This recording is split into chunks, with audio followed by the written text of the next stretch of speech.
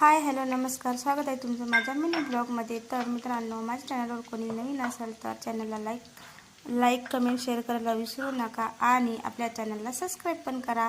तर आज मी बनवणार होती तशी कुटके। तरी 1 वाजला होता, 1 वाजता मी बनवत होते कुटके बनवण्यासाठी लसूण निसला आणि कढई गॅसवर ठेवली, त्याच्यामध्ये थोडंसं तेल टाकलं। तेलामध्ये लसूण भाजल्याच्या नंतर मिरची, हळद हे टाकून त्याच्यामध्ये पाणी टाकलं। त्याच्यानंतर थोडंसं त्याच्यामध्ये मीठ टाकलेलं आहे। मीठ टाकल्यानंतर मी तशी भाकरी बारीक तुकडे करून घेतले होते। त्याच्यानंतर त्या पाण्याला अंधन आल्याच्या नंतर मी तसे टाकले होते ते कुटके। तर त्या कुटक्यात मी तुरीची डाळसुद्धा टाकली होती। डाळ टाकल्याने खूप छान लागतात कुटके। तर तुम्ही बघू शकता, इथं आपला कुटके टाकले मी आणि तसे